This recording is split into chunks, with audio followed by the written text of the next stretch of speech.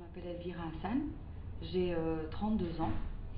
Je travaille, je suis active professionnellement depuis que j'ai 25 ans. J'ai commencé par travailler pour une compagnie aérienne sur Zaventem et ensuite j'ai créé ma propre organisation ROM qui donc s'intitule Euroma, qui est basée sur Charleroi, la partie francophone de la Belgique.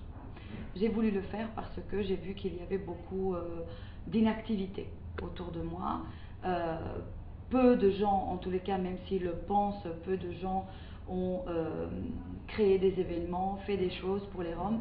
Je parlais ici donc des Roms de Macédoine, c'est les Roms, c'est donc la partie d'où je viens. Pour moi, ce qui formerait mon identité, en tous les cas, oui, c'est ce que j'essaie de faire, c'est garder des choses traditionnelles qui me semblent cohérentes. Des choses qui me semblent essentielles, comme les fêtes par exemple, préserver une sorte de respect qu'on a par rapport à une hiérarchie. On a une façon de parler, une façon de nous conduire par rapport à des personnes plus âgées. C'est ça qui ferait partie de mon identité Rome. Sinon, pour le reste, je vais dire que je m'adapte, je suis intégrée dans la société comme toute personne européenne. Être fière d'être Rome, ça n'a pas été facile du tout. Jusqu'à un certain âge, je ne l'étais pas du tout. Et je cachais mon identité comme tout le monde. Et j'avais envie d'interrompre, de casser ce cercle vicieux et d'aller vers une vérité.